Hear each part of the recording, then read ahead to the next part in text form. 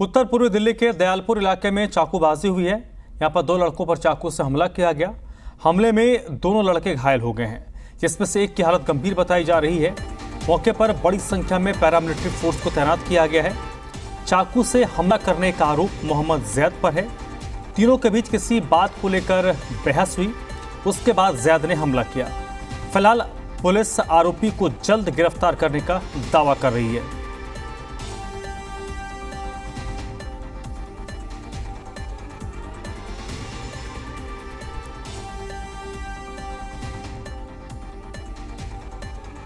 शुक्रवार रात 10 बजे यही वो जगह थी जहां पर राहुल और सोनू खाना खाने के बाद आइसक्रीम खाने आए थे। आइसक्रीम खाने के बाद वो यहाँ पे बैठे हुए थे। उसी वक्त मोहम्मद जैद, जो कि 4 नंबर गली में रहता है, उससे कुछ कहा सुनी हुई और मोहम्मद जैद ने राहुल को चाकू मार दिया। चाकू मारने के बाद जो मोहम्मद जैद है वो भागकर इस दुकान में घुस आया था। उसे पकड़ने के लिए राहुल और उसके साथी यहाँ पर आए थे और साथ में उसके परिवार के लोग थे। उसे पकड़ लिया था, इस दुकान के अंदर बंद भी कर दिया था। और आप ये देख सकते हैं ब्लड के जो है निशान यहाँ पर अभी भी मौजूद है। पुलिस ने यहाँ पर आके जांच की है और यहाँ पर शटर बंद करने के बाद जो मोहम्मद जैद है उसे पकड़ लिया था। लेकिन उसके बाद भीड़ आती है और काफ़ी सारे लोग पुलिस के आने से पहले ही मोहम्मद जैद को छुड़ा कर ले जाते हैं। इस वक्त हमारे साथ इस दुकान के जो मालिक है वो है, उनसे बात करते हैं। ये बताइए, यहाँ पर ये खून के निशान किस तरीके से है, क्या पूरा घटनाक्रम हुआ था और क्या आपको पता चला है? आप बैठा हुआ था अपने ऑफिस में, वो इधर से आए थे भागते हुए, वो सीधा मेरे उधर पहुँच गया। उसके पीछे इसकी लगी चोट बहुत था, बस पे जाम उसने मारा तोड़ा, फिर वो इसके लगी थी, वो तो हॉस्पिटल भेज दिया। उसको मैंने बंद कर दिया, जिसके मार का है तो उसको मैंने बंद कर दिया, सड़क गिरा दिया। पब्लिक आई, उसको लगा के ले गई। अच्छा, हाँ। तो पब्लिक कहाँ से आई थी? कौन पब्लिक की? अब वो पता नहीं, मेरा तो प्रोग्राम चला था, ऊपर प्रोग्राम चला शादी ब्याह का, लड़की बारात आई हुई थी ऊपर। मैं तो यहाँ बैठा हुआ पार्टी में। कितने लोग होंगे उसको छुड़ा के ले जाने वाले? कम से कम 100-150 आदमी थे। 100-150। हाँ, इधर से भी आए, इधर से भी आए थे, दोनों तरफ से आए थे। ये थ्रू एक तरफ से आए थे। पुलिस के आने से पहले उसे छुड़ा के ले गए। और ये जो खून के निशान है, ये जिसको चाकू लगा था उसके हैं, उसके हैं। इसके चाकू को लगाया ना चोट, उसकी चोट है। मतलब आपने बहादुरी दिखाते हुए इसे पकड़ लिया था या बंद कर दिया था, लेकिन पुलिस मेरे साथ बैठे हुए थे, पार्टी और बैठी हुई थी, सामान लिखवा रही थी। तो उसके हाथ में क्या था जो लड़का? जहाँ तो कुछ नहीं था, जहाँ लगा ही नहीं है कुछ, पीछे ही कहीं लगाया। अच्छा, ना वो तो बचने के लिए अंदर घुस गया। बिल्कुल, यहाँ पर ही आकर वो छुपने की कोशिश कर रहा था, लेकिन जो दुकान के मालिक हैं उन्होंने और जो लोगों के साथ मिलकर उसे पकड़ लिया और इसी दुकान के अंदर बंद कर दिया था। लेकिन आसपास से सैकड़ों की संख्या में जो लोग आए और भीड़ की शक्ल में वो आए और जो आरोपी मोहम्मद जैद है उसे छुड़ाकर अपने साथ ले गए। फिलहाल पुलिस मोहम्मद जैद की तलाश कर रही है। प्रमोद शर्मा, जी मीडिया, दिल्ली। दिन पर दिन यहाँ हालात ख़राब होते जा रहे हैं और ये लोग पता नहीं कहाँ से क्या प्लानिंग है, रोज़ एक नई ऐसी साजिश रचते हैं ताकि यहाँ से लोगों को पलायन हो। कल हमने देखा, यहाँ कभी नहीं हुआ आज तक किसी भी ईद पे, ये जो नाला है बाउंड्री है, इसके उधर लोग रहते थे। कल जानवर लेके आ गए जो वाटर वर्क्स की दीवार इसके साथ साथ खड़े कर दिए और उनकी वो मंडी लगा दी एक तरह से बिक्री के लिए। और तो ये केवल इसलिए कि यहाँ लोगों में भय पैदा हो, कब तो छा गए लोग यहाँ से मकान बेच करके जा रहे हैं, सब भय है। और ऐसे माहौल में जैसे ये लड़का रोड पे बैठा था, इसको चाकू से गोद दिया, पकड़ भी लिया पब्लिक ने, उसके बावजूद इतनी हिम्मत, 50 लोग उधर से आए, उसको छुड़ा के ले गए। 300 गज के मकान बन रहे हैं, बंदे नहीं पता कौन है। 3 करोड़ का मकान लिया है, 2 करोड़ रुपए बनाने में लगा रहा है, इसी रोड पे आगे है। मकान सील हो गया, एलटीएम और एमसीडी सील करके गई, उसने सील तोड़ी उसी टाइम, कह रहा कोई सील लगा के दिखा दो, दोबारा बना दी। अगर आप कहते चलते हो तो मैं दिखा भी देता हूँ। ऐसी एक नहीं, पता नहीं कहाँ से पैसा इन्वेस्ट हो रहा है, कहाँ से इनका फंडिंग आ रही है, कहाँ से मकान बना रहे हैं। इसी रोड पे 300 गज की साइडें बन रही हैं, पता नहीं कहाँ से लोग आ रहे हैं, बाहर के लोग, इतना पैसा कहाँ से लोग हैं, क्या वो यहाँ पे बेच के भी जा रहे हैं? ये हालात क्या, ये जो एक परिवार है, इन्हीं के रिश्तेदार थे, पहले इन्हें होली में पीटा था, यहाँ पे इसी गली के लड़कों ने पीटा था, पहले होली में पीटा, सिर्फ भय पैदा करने को। कंप्लेंट भी हुई, SHO साहब ने एक बंदा पकड़ा, बिठाया, रात को अगले दिन वहाँ से 751 का केस बनाया, दोनों की लड़ाई में छोड़ दिया। दिल्ली के दयालपुर थाना क्षेत्र के ब्रिजपुरी इलाके की इसी गली नंबर 5 के इस मकान में राहुल रहता है। राहुल दरअसल अपने कज़न सोनू के साथ शुक्रवार रात 10 बजे खाना खाने के बाद आइसक्रीम खाने के लिए बाहर निकला था। इसी दौरान मामूली कहासुनी पर मोहम्मद जैद नाम के युवक ने राहुल के पेट में चाकू मार दिया और इस झड़प में सोनू भी घायल हुआ। इस वक्त हमारे साथ बात करने के लिए राहुल के पिता मौजूद हैं। ये बताइए क्यों गया था राहुल बाहर, उसके साथ कौन था और किस बात को लेके झगड़ा हुआ कि चाकू मारा, और चाकू किसने मारा है?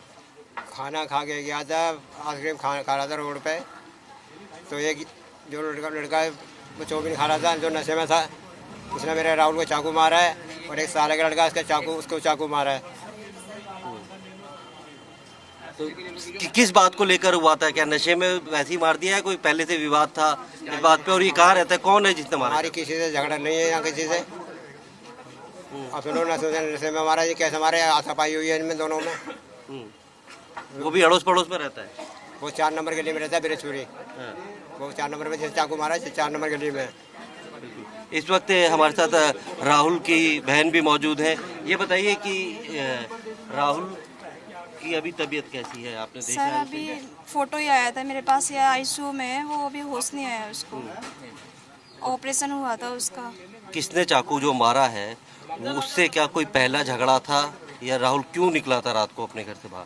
सर ये खाना पीने का के हर कोई निकलता है, वो भी चला गया खाना पी के खा के बाहर, तो आइसक्रीम खा रहा हो, यही बता रहे थे मेरे को। तो बिल्कुल, जैसे कि परिवार का कहना है कि वो खाना खाने के बाद आइसक्रीम खाने गया था और वहाँ पर मोहम्मद जैद से कहासुनी हुई, जिसके बाद उसे चाकू मारा गया।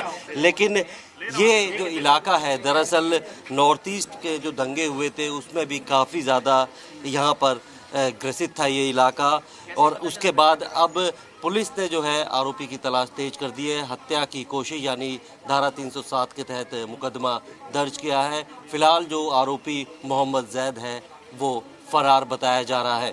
प्रमोद शर्मा, जी मीडिया, दिल्ली। और इस वक्त जी मीडिया संवाददाता प्रमोद मेरे साथ जुड़ चुके हैं इसी पर ज़्यादा बातचीत के लिए। प्रमोद, इस मामले में आरोपी की पहचान हो गई है, लेकिन पिछले कुछ दिनों के घटनाक्रम को अगर आप देखें तो दिल्ली पुलिस के लिए दिल्ली के कुछ पॉकेट्स में चाकूबाजी की बढ़ती घटनाएं एक चिंता का सबब बन गई है। कोई कहीं भी किसी पर चाकू से हमला कर दे रहा है।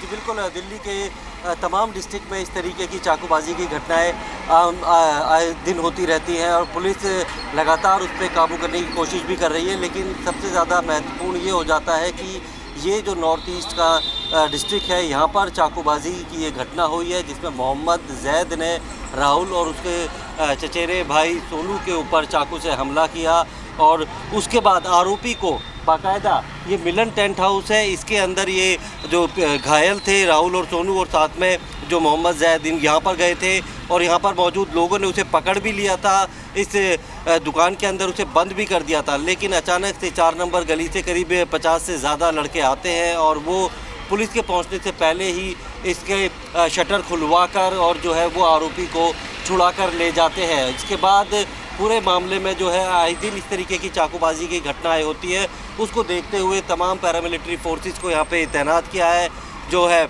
मार्च किया जा रहा है और साथ में ये कोशिश की जा रही है कि कोई भी जो है माहौल ख़राब करने की कोशिश ना करे। कुछ हिंदू संगठन के लोग हैं वो भी पीड़ित परिवार से मिलने के लिए आए थे। फिलहाल जो है राहुल है वो अस्पताल में है, उसका इलाज चल रहा है। वहीं मोहम्मद जैद जो आरोपी है वो पुलिस की गिरफ्त से बाहर है और अभी तक ये झगड़ा क्यों हुआ था इस बात की जानकारी नहीं मिल पाई है, क्योंकि जो मोहम्मद जैद है वो यहाँ पे मौजूद था, जबकि राहुल और सोनू जो खाना खाने के बाद आइसक्रीम खाने के लिए बाहर आए थे और वो बाहर ही बैठे हुए थे और अचानक से किसी बात को लेकर कहासुनी हुई और इसी बीच में मोहम्मद जैद ने जो राहुल के पेट में जो है वो चाकू मारा था और इसी बीच बचाव में सोनू भी जो है वो घायल हुआ था, जिसके बाद स्थानीय लोगों ने पकड़ लिया था। और लेकिन यहाँ पर भीड़ इतनी ज़्यादा आई थी, इतनी ज़्यादा लड़के इकट्ठा हो गए थे 4 नंबर गली के कि वो मोहम्मद जैद को छुड़ा कर ले गए थे।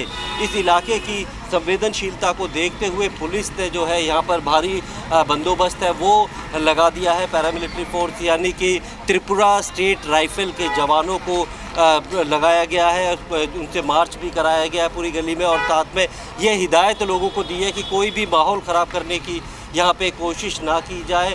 धारा 144 से बताया जाता है कि इस पूरे इलाके में लगी हुई है, क्योंकि जब 2020 के जो दंगे हुए थे उसमें सबसे ज़्यादा प्रभावित जो है वो यही इलाका हुआ था। यहाँ के कई स्कूलों में आग लगाई थी, कई सारे ऐसे जो इलाके हैं वहाँ पे सबसे ज़्यादा आगजनी की गई थी। तो इसी संवेदनशीलता को देखते हुए पुलिस ने जो है यहाँ पे जो बंदोबस्त है वो काफ़ी ज़्यादा सख्त किए हुए हैं, ताकि किसी भी तरीके से कोई माहौल ख़राब करके जो है यहाँ पर कानून और व्यवस्था की जो स्थिति को ख़राब ना कर सके।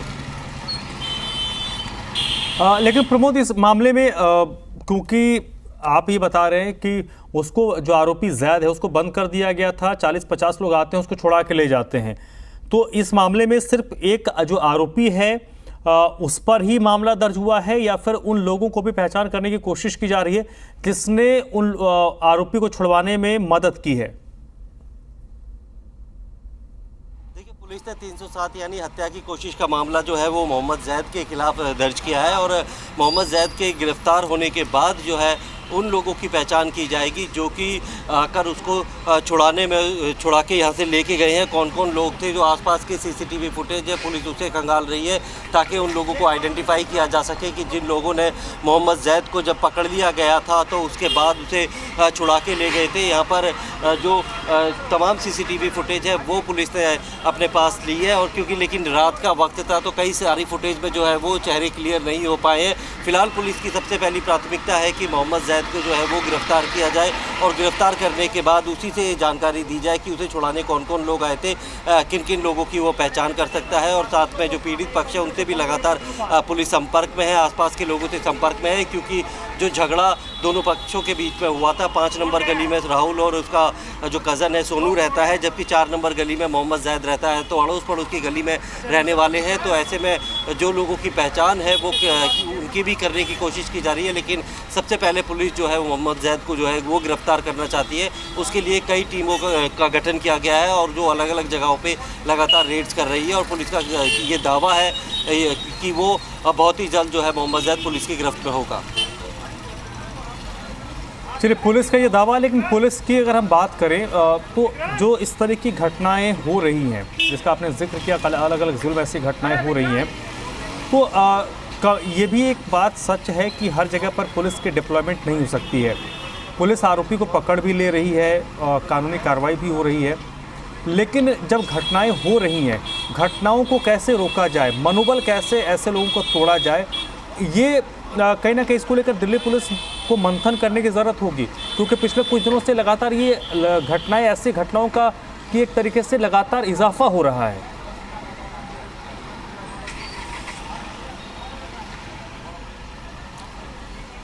देखिए, बिल्कुल सबसे बड़ी चुनौती पुलिस के लिए ये है कि ऐसे किसी भी असामाजिक तत्व के पास जो है वो हथियार जो है वो बड़ी आसानी से पहुंच रहे हैं, चाहे वो चाकू हो, चाहे वो कट्टा हो या फिर पिस्टल हो, क्योंकि लगातार पुलिस भी जो है ऐसे गन रनिंग रैकेट्स को पकड़ती है और अवैध हथियार जो है वो बरामद करती है। लेकिन यहाँ पर जिस तरीके से जो है लोगों के अंदर सहनशीलता नहीं रही है कि वो छोटी छोटी बातों पे जो है मरने मारने पे उतारू हो जाते हैं, और ये बिना जाने कि उनकी एक छोटी सी आवेश की वजह से, उनके एक एक्ट की वजह से उनकी ज़िंदगी बर्बाद हो सकती है, वो इस काम को करने में, किसी भी वारदात को अंजाम देने से नहीं हिचकते हैं। तो पुलिस लगातार ऐसे लोगों को गिरफ्तार करती है, उन्हें जेल भेजती है, जेल से वो ज़मानत पे आते हैं या फिर वो करते हैं। लेकिन जो नाबालिग लड़के हैं या कम उम्र के लड़के हैं, उनके अंदर अब ये पैशन है कि किस तरीके से वो इलाके का बदमाश बने, या फिर जो है बदमाशी करके या गैंगस्टर बन के जो है इजी मनी बड़ी जल्दी से कमाई जा सकती है। तो पुलिस ने